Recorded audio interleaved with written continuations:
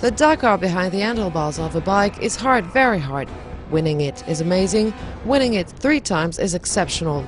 Marc Coma did so. On Saturday, the Catalan won the most famous rally raid race once again after 2006 and 2009.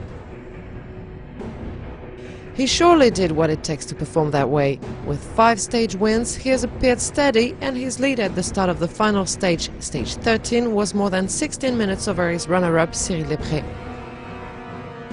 Despite all his efforts, the French title holder was unable to catch up.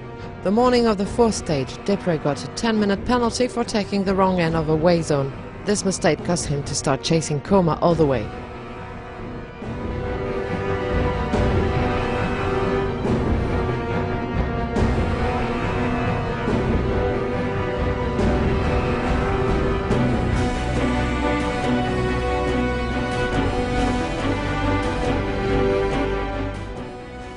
Nothing could stop the Spaniard, not even his violent fall in a special stage. Definitely the Catalan rider was the best of the pack this year.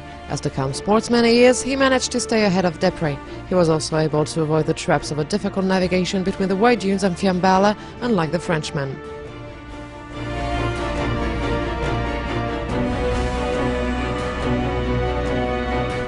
Behind the 2 rivals, Elder Rodriguez took the 3rd place in Buenos Aires. The Portuguese had come with this ambition this year, and his wish is now a reality. Yet at the start of the last stage, the bronze medal appeared to be at the hands of Francisco Chaleco Lopez. The Chilean had a good lead over Rodriguez. But bad luck or fate may be decided otherwise. At kilometer 159, Chaleco broke a suspension of his bike and lost the 3rd place in favor of Rodriguez. Other Portuguese riders were also in good form this year, since Robin Faria and Paulo Gonçalves were in the vanguard. In the end, the top 5 is in order: 1st Marc Coma, 2nd Cyril Desprez, 3rd Elder Rodriguez, 4th Francisco Lopez, and in 5th Coma's water carrier Juan Pedro Garcia.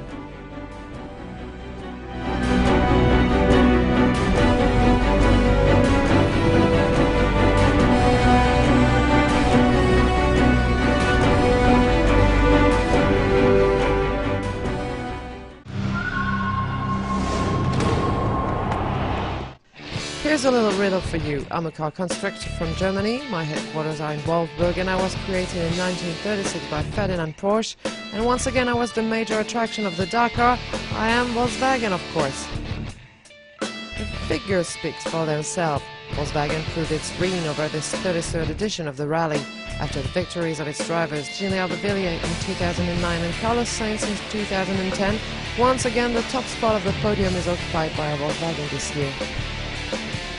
With a new winner, Nasser Al-Attiyah, the Qatar-born pilot was the steadiest but also the most audacious. He hardly made any mistake, staying in contact with Carlos Sainz at the general standings. He stood in the shadows, waited for his moment to come, and attacked in the money time.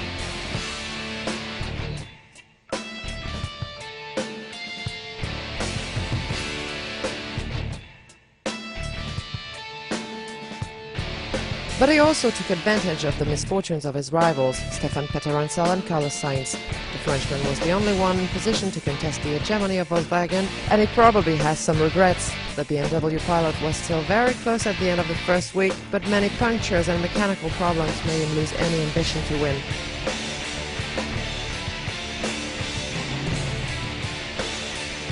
The other BMW cars also had their share of problems in this 2011 Dakar. Galan Shishri and Orlando Terranova had to withdraw after they both had accidents.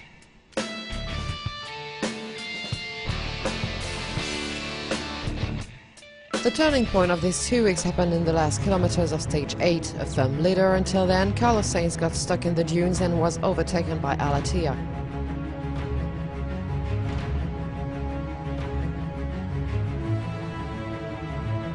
The worst was still to come for the Matador. During stage 11, he broke one of the suspensions of his car.